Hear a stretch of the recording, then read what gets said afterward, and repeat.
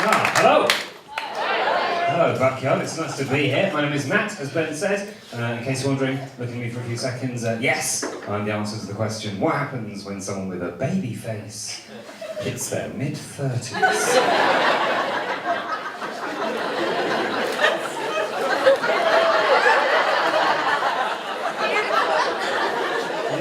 This little fella. Yeah. Not an adult face, it turns out. Just a sort of weirdly aging baby face. Oh, you'll love it when you're older, Matt. You look really young. No, I just never look the correct age. In fact, something I learned recently, right, is that babies literally cannot take their eyes off me. Yeah, I think they might think I'm their leader.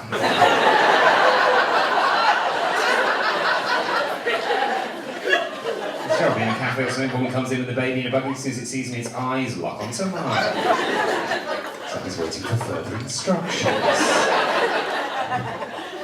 It's good to be here. I love this job. You never know where you're going to perform. I've done all sorts of gigs recently, big gigs, small gigs, posh gigs, gigs like this. Without nachos. And I was at I was doing a show in a church recently. That's quite weird. I don't really like churches. I've worked out why. It's because to get to most churches, of course, you have to go through a graveyard. Don't you? And I just think, what other place of business would surround itself with the corpses of previous customers?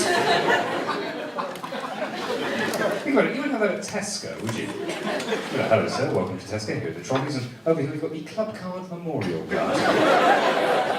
Because remember our slogan, every little helps, and everybody dies. It is nice living in London as well. I've been here a long time. I'm not from here. Are we London people? Give me a cheer on three if you are a Londoner. 1, 2, 3.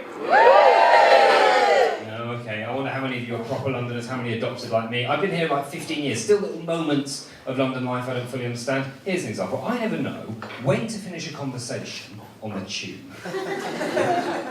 Yeah, when I'm getting off at the next stop, but my friend isn't. Yeah, it's awkward, isn't it? Particularly if you do it too early. If you like to write down, this is my stop coming up, so I'll say goodbye now. All right, Matt, I'll see you soon. Bye.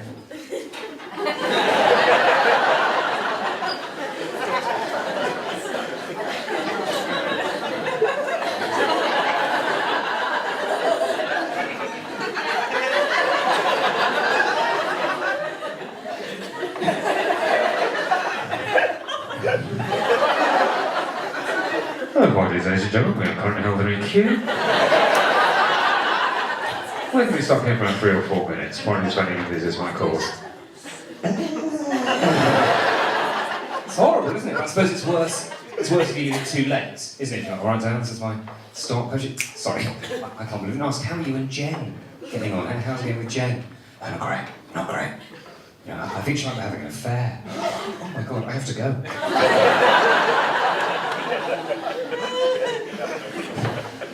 So this is stuff about me. I am married. Sorry.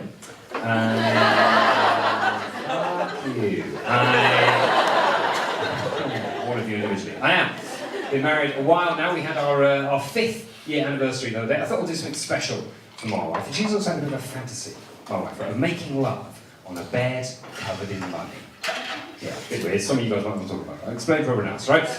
It was it. So I thought, I'll do it. I'll make it happen. So the other day I went to the bank, got loads of money out of home, spread it all over the bed. When did you go back from work? We did it. Yeah. And if we do it again, I will use notes.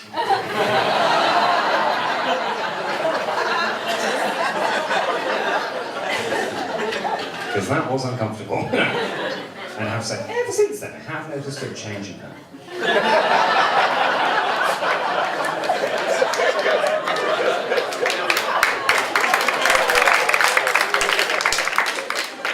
I suppose at least now I know what it's like to come into money. So, that was a triple-decker joke, wasn't it? That was exciting. I was expecting that. That took these guys by surprise. That was fun. That was good. It's nice. I like being in a relationship. I like being married. We've been together a long, long time. I know we've got couples in the room tonight. We've got people who are getting, babies and all sorts. It's so exciting. There are little things again that bug me about being in a relationship. Here's one. Right, my wife. Is very attractive. And it means whenever I meet people with her for the first time, quite often I'll hear one of these 2 phrases, either, you've done what? Or the absolute classic, oh, you are punching above your weight. Some of you guys might have heard this, you probably heard this, you're on top of it, right? But he's fine with it, he's laughing, he's absolutely fine, it's absolutely fine, right? Here's a tip for everyone in the room, right? You cannot say that to a woman. You absolutely can't. I was in an event recently, I thought her partner was looking great. I was like, you are punching above your weight. Apparently that is not allowed. I've ruined the wedding.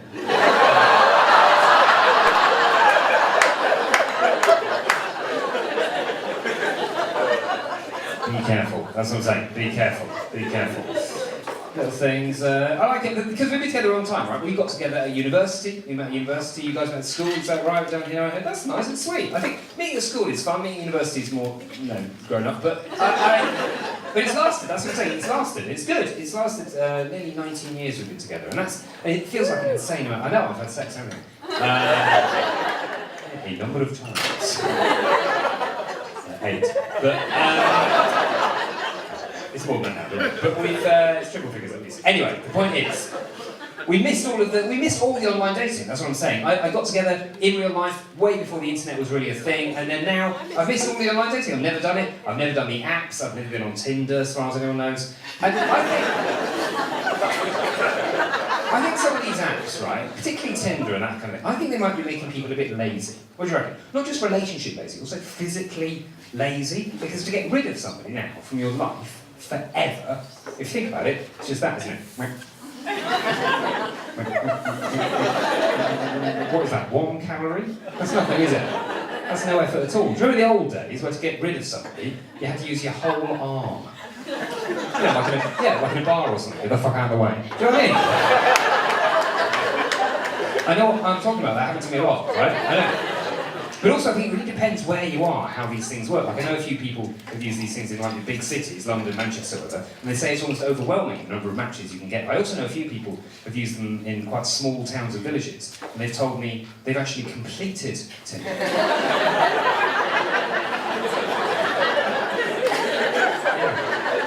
Yeah, apparently it can be done, yeah.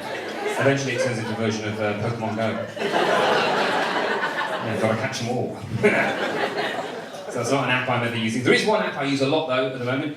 In particular, the app I'm using every day pretty much is the Fitbit app, because I got a Fitbit for Christmas last year from my wife. She bought me one because we very much got to the point in our relationship where we no longer buy each other presents we think the other person will like, but things they need, basically.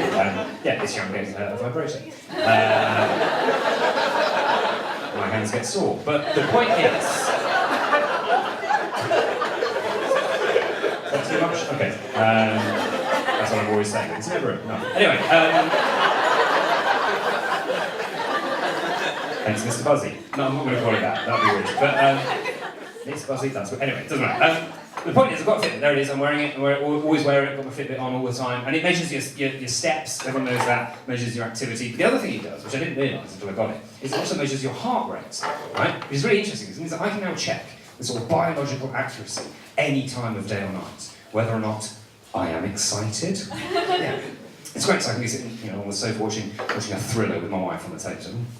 It's exciting, isn't it? No, it's not.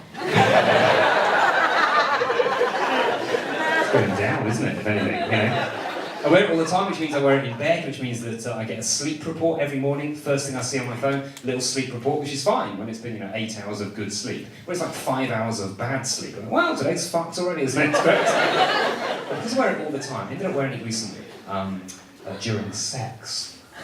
Yeah, and it turned out that my heart rate did not change. Yeah, which I think might mean that either I or she or both of us are quite bad at sex. Can I make it clear, by the way, I wasn't checking it during the act. I wasn't halfway through, sorry, I just need to... we are going to have to pick up the pace. Wasn't that? It was afterwards, you get a little readout. I was looking at my readouts, a little graph. I was like, that's when we started having sex, and 3 minutes later, that's when we finished. Just a straight line, isn't it? That's a shame. I've worked out to get my active minutes, to get my heart rate up during sex. We're going to have to start having sex on a treadmill. Yeah, and it's hard enough having sex standing up, isn't it? Let alone, with everyone in the gym watching you. So yeah, I've got to that age now. I'm sort of nearly, well, I'm in my late 30s, I'm 40. It means that bits of my body keep going wrong, right? I'm kind of like, here's one, right? Recently I discovered I was suffering from tennis elbow, right? Yeah, that is the correct response. Absolute lack of interest. That is what I always get. Whenever I tell anyone, no one gives a fuck about that, ever. And I've realised why. I think there's two reasons. Number one, it's quite a sort of posh-sounding illness, isn't it? I can tell when I tell people I've got it, they're like, really? Tennis elbow, what else? You're going to get lacrosse shoulder. And injure your ankle falling off your dressage horse. But also, the thing is, it's also, it's one of those weird illnesses that's got the name of an activity in its name that you don't have to have done to get the illness. I think I've had two others like this. Athlete's foot, obvious. Don't have to be an athlete, just be bad at drying. And the other one is housemaid's knee. Yeah, you get that from kneeling a lot. I got that from blowjobs. Begging for them.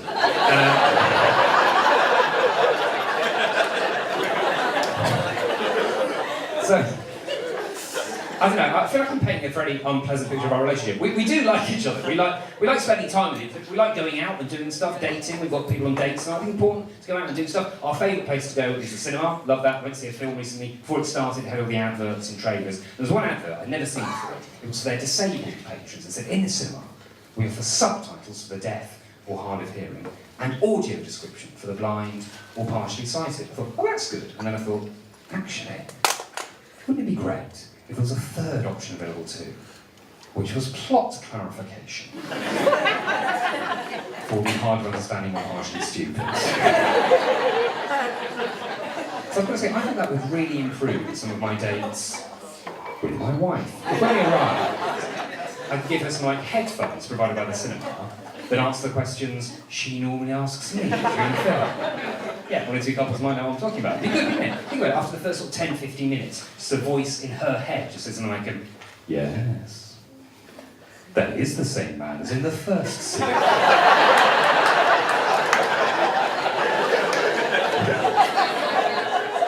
Yes, he is wearing a different coloured shirt. Arguably, that is slightly confusing. But it's definitely him, you don't have to ask anybody that. Maybe after a few more minutes, it probably doesn't matter where you've seen that actress before.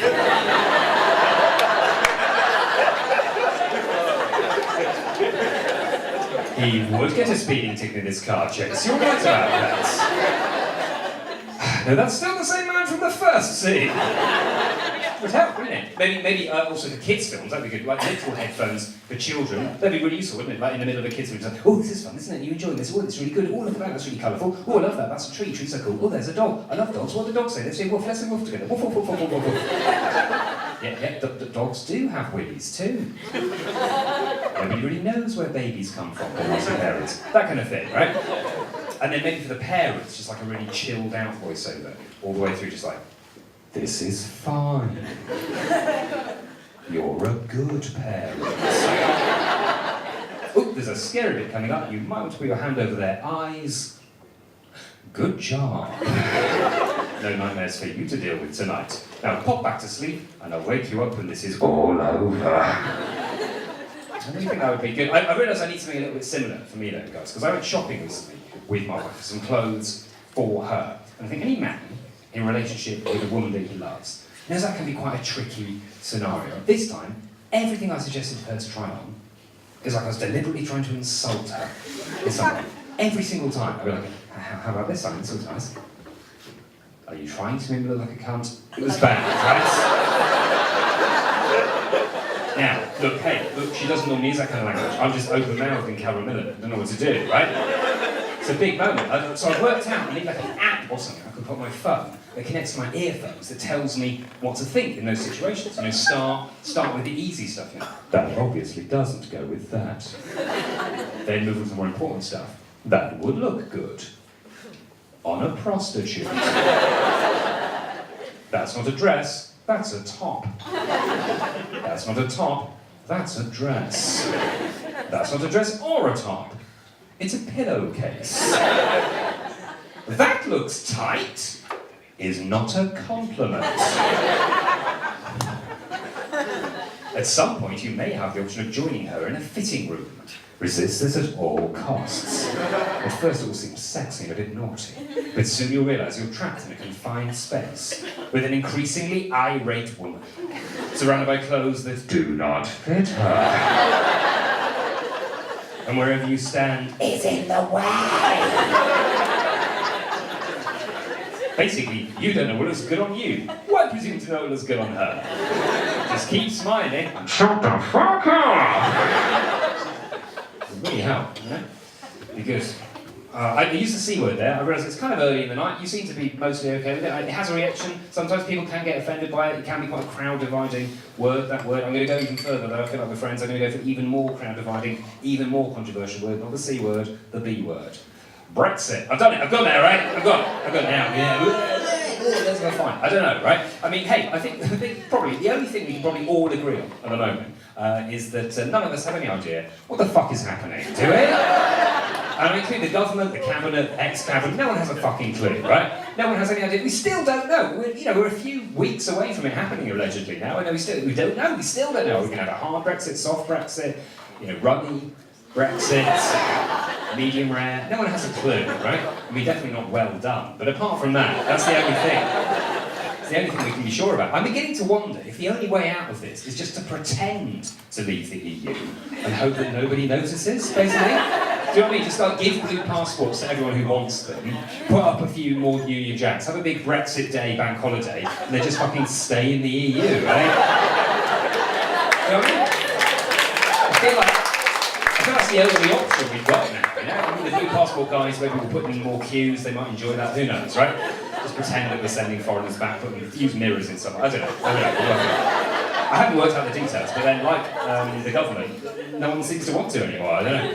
Just weird, I just think it's so weird what's going on at the moment. We just don't have any idea what's going to happen. And hey, if it does happen, and hey, it looks like it will in some way happen, we're going to have to change things, aren't we? Big things, small things, little things, particularly places like this, all the pubs and bars and clubs you go to. Think about it, all the names of cocktails are going to have to change, aren't they? Because think about it, all the names of cocktails at the moment, they're all sort of sexy, foreign sounding, aren't they? It won't make any sense after Brexit, it'll be like a Manhattan. You'll have to go for a Croydon. That makes sense. What's that saying? You want to say cosmopolitan? We don't do those anymore. I can offer you a Morris dancer. What's that? You want a tequila sunrise? Try a scrumpy drizzle. What's that at the back? You want a Singapore sling? How about a Newcastle neck brace? What's that over there? What's that saying? You want a sex on the beach? I can offer you a hand job at a car park.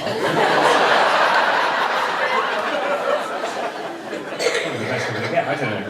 We're just living in weird times. I think just living the strangest times I can remember. I've been around nearly 40 years and I can't remember anything this mad before. Like, I feel like what's happening in America is also mad. Like, we've got this crazy guy in the White House. None of us quite understand how he got there. I learned something about Trump the other day, which I thought was quite interesting. He doesn't drink, never has drunk, right? Wouldn't ever have a cocktail. Well, I've heard he's quite partial to a Virgin or Russian. But he doesn't, he never drinks alcohol, right? Never has done his whole life. I think that makes him, now hang on, if that's the CIA, right? I don't know. That's fucking incredible timing. I'm with Julian Assange. If that is someone from America, I don't know. You alright? Everything good? Good? Yeah, you said you're going to take care of it later? Okay, cool. I'm going to run home. Alright, fine. But don't you think it is, I think the fact that Trump doesn't drink makes him more terrifying, don't you? Because at least if he was pissed, there's a chance he might sober up at some point. But I would love to see those tweets one morning when you go, guys, I am so sorry. I don't know what's been happening. We've just been doing Jaeger bombs all day. Better Jaeger bombs than real bombs.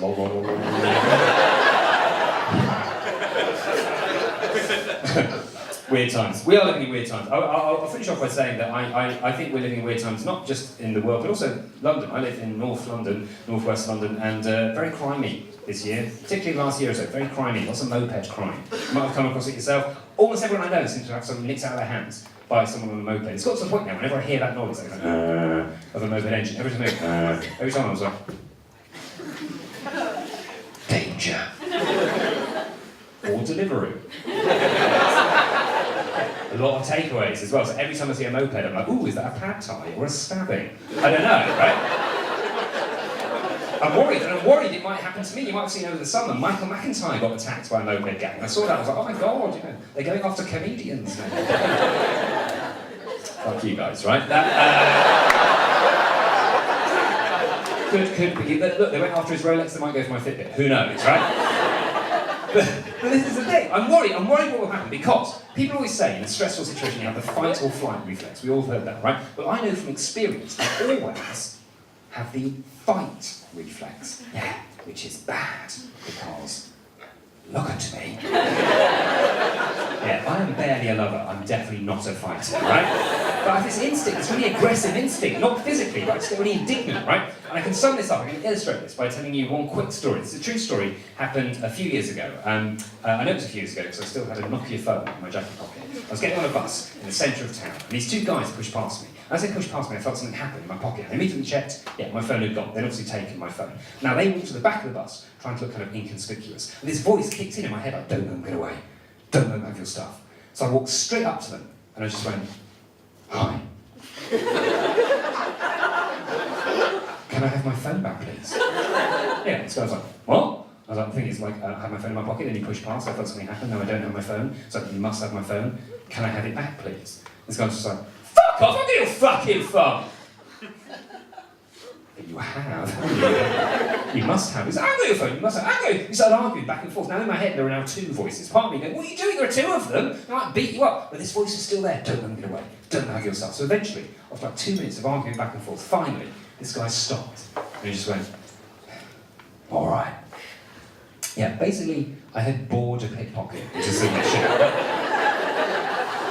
Because what then happened, I promise this is true, he took a little step back, he reached into the sleeve of his puff jacket, he pulled out 3 different phones. He showed them to me and went, right, which one of these is yours? That was how I got my first iPhone. Guys, you've been absolutely wonderful.